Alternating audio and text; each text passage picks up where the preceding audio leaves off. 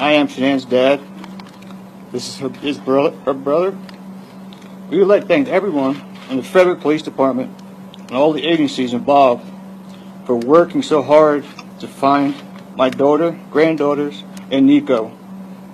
Thank you everyone for coming out to the candlelight visual and saying all your prayers. They are greatly appreciated.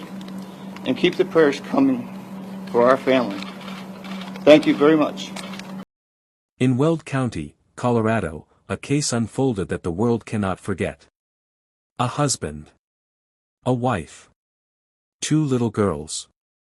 An unborn son. And a crime so unthinkable that it silenced even the strongest voices of reason. Yet in the aftermath of that silence came another, the silence of sealed files. When prosecutors moved to restrict access to the autopsy reports of Shanann, Bella, and Celeste Watts, they argued it was to protect the public interest. Some said it was to preserve the integrity of a trial. Others believed it was to guard against the pain of revelation. But for many, it felt like something more, as though the truth itself was being locked away. The phrase whispered through headlines, sealed for 50 years. What could be so devastating that it needed to be hidden for half a century? What was in those reports that officials feared would shatter us all over again? Autopsy reports are not just medical documents. They are testimonies written on the body. They tell us what words cannot. They hold the timeline of violence, the markers of suffering, the cold precision of science where emotion collapses. And in the Watts case, those reports revealed more than cause of death. They exposed contradictions, stripped away lies, and illuminated the terrible truth that Chris Watts tried to bury. This is not a retelling of what happened. This is the story of what was hidden, and why, even in silence, the truth still speaks. In the weeks after Shanann Watts and her daughters were found, the courtroom became a battlefield not only over guilt, but over information itself. Reporters filed motions demanding the autopsy reports. The defense requested copies for review. And yet prosecutors, joined by the Weld County coroner, argued that the documents must remain sealed. They claimed that releasing the autopsies would cause substantial injury to the public interest. That phrase echoed through court filings, vague, yet powerful. What injury could knowledge inflict? Was it the graphic detail of strangulation and smothering? Was it the fear that Shanann's final moments, and the suffering of 2 little girls, would be reduced to headlines and gossip? Or was it something deeper, a fear that the clinical record would contradict the stories Chris Watts had already begun to spin? For weeks, the reports remained locked away. Prosecutors said they were protecting the integrity of the case, shielding potential jurors from contamination. The coroner's office insisted that releasing the autopsies might spark unnecessary speculation. And yet, the secrecy itself fueled exactly that. In the absence of truth, rumors flourished. Social media lit up with claims that the state was hiding something, evidence of a struggle, signs of poison, contradictions in the timeline. The defense fought back, arguing that withholding the autopsies denied Chris Watts the chance to prepare for trial. Media outlets filed their own legal challenges, invoking the public's right to know. Judges weighed the competing pressures, the need for fairness in court against the demand for transparency. Ultimately, the reports were handed to the defense, but withheld from the public. For months, the truth of how Shanann, Bella, and Celeste died remained sealed in manila folders, hidden from the very community that mourned them. This battle over autopsies was more than procedural. It revealed the tension at the heart of the Watts case, between law and transparency, between the dignity of the dead and the hunger of the living for answers. The reports, we were told, would stay sealed for decades. And in that silence, suspicion grew. What could be so dangerous in a set of medical findings that officials believed it must be hidden for half a lifetime? Autopsy reports are not poetry. They are not stories of love or loss. They are science distilled into cold language. And yet, within their sterile detail lies the final testimony of the human body, testimony that speaks even when the voice is gone. Shanann Watts' report was no exception. It recorded a 34-year-old woman, 15 weeks pregnant with a son she had already named Nico. It recorded the bruises across her neck and face, the hemorrhaging of her strap muscles, injuries consistent with strangulation. It described mild to moderate decomposition, the bloating, skin slippage, and discoloration that told investigators she had been buried in a shallow grave.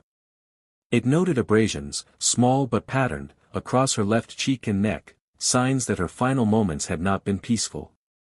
Forensic pathologists ruled her cause of death asphyxiation by manual strangulation. The manner of death, homicide. Those simple words were the clinical mirror of the horror that had unfolded in her bedroom. But within the science were details that sparked debate. Ethanol was detected in her spleen blood, the equivalent of a blood alcohol level above the legal driving limit. Investigators and toxicologists quickly noted that this was not evidence of intoxication. It was a post-mortem artifact, the byproduct of decomposition. To casual readers, though, it was fuel for speculation. Was Shanann drinking? Was this used to malign her character, to feed the whispers Chris himself tried to spread? The autopsy also documented the fetus she carried. Nico's presence was noted clinically, but the reality was devastating, a child who would never take a breath, whose life ended before it began. The report stated plainly, unlawful termination of pregnancy. In court, this charge carried an additional sentence against Chris Watts. But for Shanann's family, no sentence could articulate the depth of loss. Patterned abrasions on her face hinted at contact with bedding or fabric, consistent with pressure applied during strangulation. Her injury suggested a sudden attack, one that allowed little opportunity to resist. To those who had loved her, this detail was unbearable. It meant her last moments were spent in confusion, betrayal, and silence. The autopsy could not, record the emotional truth. It did not capture Shanann's trust in the man she shared a bed with, the disbelief that must have filled her when his hands closed around her neck. It did not capture the injustice of a life ended not by illness, not by chance, but by the deliberate choice of the one who vowed to protect her. Shanann's body told the story Chris tried to erase. And when the report was finally unsealed, it left no room for his lies. She did not vanish. She was not responsible. She was murdered. And her body, in its silence, proved it. If Shanann's autopsy revealed the quiet violence of strangulation, Bella's told a different story, one of struggle, resistance, and the unbearable tragedy of a child who tried to fight for her life. Bella was 4 years old. Her body was recovered from one of the oil tanks where Chris Watts had hidden his daughters, submerged in toxic crude for days. The autopsy began with the challenges of recovery, decomposition accelerated by immersion, tissues darkened and stained by hydrocarbons, the small frame of a child forever altered by chemical exposure. And yet, despite these conditions, her body still carried undeniable signs of what had been done to her. The report listed her cause of death as asphyxiation by smothering. But the details went further. Bruising was found on her jaw, and a deep laceration was discovered along the mucous membrane of her upper lip. Her tongue bore bite marks, evidence of a desperate attempt to breathe, to fight against the hand or pillow pressed over her face. Forensic pathologists noted these injuries as consistent with resistance. Bella did not go quietly. She struggled. Perhaps most haunting was the discovery of hydrocarbons, benzene, toluene, and other chemicals, in her stomach and chest cavity. This indicated that in death, her body absorbed the very oil she was submerged in, a grotesque marker of how her father had discarded her. The act of placing her in the tank was not just concealment, it was desecration. These findings stood in stark contrast to Chris Watts' chilling claim that his daughters didn't fight. Bella's autopsy proved otherwise. At 4 years old, she resisted with every ounce of strength her small body could summon. Her injuries told the truth her father tried to erase. She was terrified, she was aware, and she fought. Forensic science can be merciless. It records the struggle without sentiment, but those who read it cannot escape the human weight. To see Bella's name next to words like contusion, laceration, and blunt force trauma, is to feel the unbearable gap between clinical language and the innocence of a child. Bella's autopsy dismantled Chris's lies. It revealed the cruelty of his actions, the inhumanity of reducing his daughter to an obstacle to be silenced. And in doing so, it immortalized her resistance. She did not go passively into the silence her father tried to impose. She fought, and in the end, her struggle became evidence, a final testimony written on her small body that even death could not erase. Celeste was 3 years old, the younger of Shanann's 2 daughters. Her body, like Bella's, was recovered from an oil tank, submerged for days in crude. But unlike her sisters, Celeste's autopsy told a quieter story, one that offered fewer answers and left behind a haunting silence. The report listed her cause of death as asphyxiation due to smothering, with the manner of death ruled a homicide. Yet beyond these words, there was little detail. Unlike Bella, whose injuries made her struggle visible even in death, Celeste's body bore fewer outward marks. There were no deep lacerations to the mouth, no pronounced blunt trauma, no clear indicators of resistance. Her small frame, already fragile, showed only the general signs of decomposition and immersion. Forensic pathologists faced the limitations of science. Decomposition obscures subtle injuries. Immersion in oil complicates interpretation. What was present, and what may have been lost, can never be fully known. Did Celeste resist? Did she have time to understand what was happening? Or was her death swift, leaving behind no markers for the medical record? The autopsy could not answer. And in that void, speculation has taken hold. To many, this silence was its own kind of cruelty. Where Bella's report captured her fight, Celeste's absence of injuries forced observers to confront the possibility that her final moments were invisible, not because they were painless, but because her body could not preserve the truth. This ambiguity deepens the emotional devastation. In one child, science could prove resistance. In the other, it could not. Yet this does not diminish Celeste's story. Her life was no less valuable, her death no less horrifying. If anything, the silence of her autopsy reminds us of the limits of forensic precision. It warns us that not every truth can be preserved in tissue and bone. Some truths remain forever unknowable, leaving behind only grief and questions. In the end, Celeste's report stands as a testament not to what we know, but to what we cannot. It is a reminder that the erasure Chris Watts attempted extended even into the evidence, leaving the world to wonder what her final moments truly held. And in that uncertainty, her memory lingers, haunting and unresolved. From the beginning, Chris Watts' words twisted and shifted. His first story painted Shanann as the aggressor, claiming she strangled the children in a fit of rage, and that he killed her in retaliation. Later, confronted with evidence, he admitted to killing Shanann, Bella, and Celeste himself. And yet, even within his so-called confessions, contradictions piled up, each one tested against the forensic record. The autopsies dismantled his lies. Shanann's report showed no evidence she harmed her daughters. Her cause of death, manual strangulation, matched the hallmarks of a sudden attack. Bella's injuries proved resistance, undermining Chris's claim that his children didn't suffer. Celeste's autopsy, though less revealing, still confirmed smothering. Each report erased the narratives Chris tried to construct, replacing them with the undeniable testimony of science. And yet, the sealing of the reports fueled suspicion. Why, the public asked, would prosecutors fight so hard to keep them hidden? Officials argued it was to protect the integrity of the trial, to prevent prejudicial leaks before a jury was selected. But to many, it felt like concealment. As though the state itself feared the impact of these truths. The phrase, sealed for 50 years, became shorthand for mistrust, for the uneasy feeling that something was being withheld.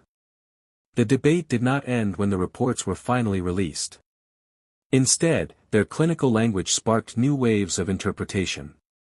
Some focused on the ethanol levels in Shanann's system, misreading decomposition artifacts as evidence of intoxication. Others pointed to Bella's injuries as proof of prolonged suffering, contradicting Chris's sanitized narrative. The documents, meant to close questions, opened new ones. In this tension lies the heart of the Watts case, a struggle between silence and disclosure, between lies and science, between the stories we are told and the evidence our bodies preserve. Chris Watts sought to control the narrative. For a time, even the state seemed to aid that control by sealing the very reports that revealed the truth.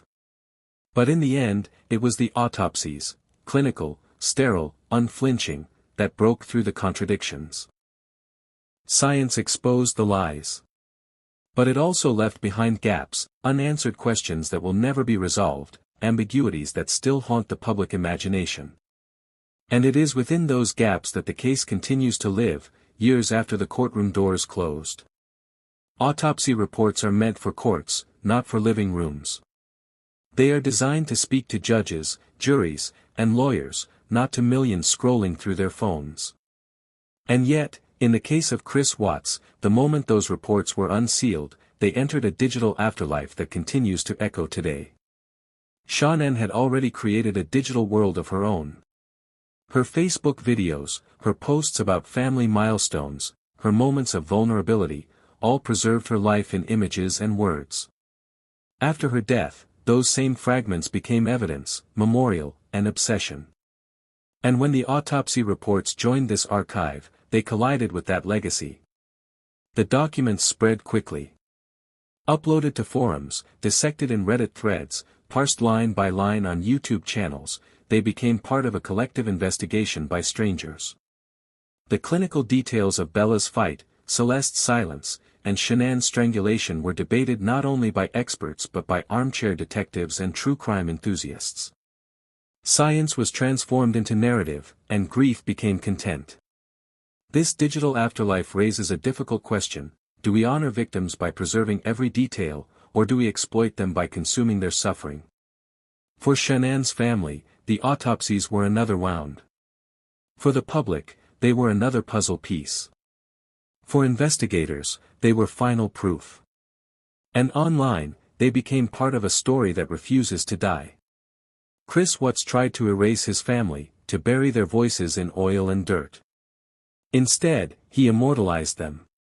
Every video, every post, every forensic detail ensures that Shanann, Bella, Celeste, and Nico live on in the digital record. Their story is replayed, reanalyzed, and relived, not just as tragedy, but as warning. In this age, silence is impossible. Even sealed files find their way into the light. And in the Watts case, the digital world made certain that what was hidden in a courtroom would be remembered by millions, forever. Chris Watts believed he could erase his family, their voices, and the truth of what he had done. He buried Shanann in the ground, submerged Bella and Celeste in oil tanks, and tried to bury their memory beneath lies. For a time, even the state seemed to help him, sealing the autopsy reports, locking away the science that contradicted his stories. But erasure always fails. Shanann's videos still circulate, her smile preserved forever. Bella's resistance was written in the injuries that told her story when she no longer could. Celeste's silence still unsettles, because the gaps left in her report force us to imagine what can never be known. And Nico, the unborn son, lives on in the charge that made the sentence against Chris heavier, a legal echo of a life ended before it began.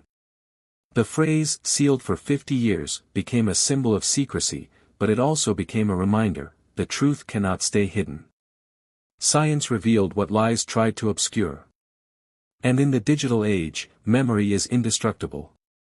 The Watts family remains present, their story endlessly replayed, their lives impossible to erase. If this story moved you, don't let it end here. Subscribe for more investigations, share this documentary to carry Shanann, Bella, Celeste, and Nico's names further, like to keep their memory alive, and comment their names below so the world never forgets them. Because remembrance is resistance. And resistance is stronger than silence.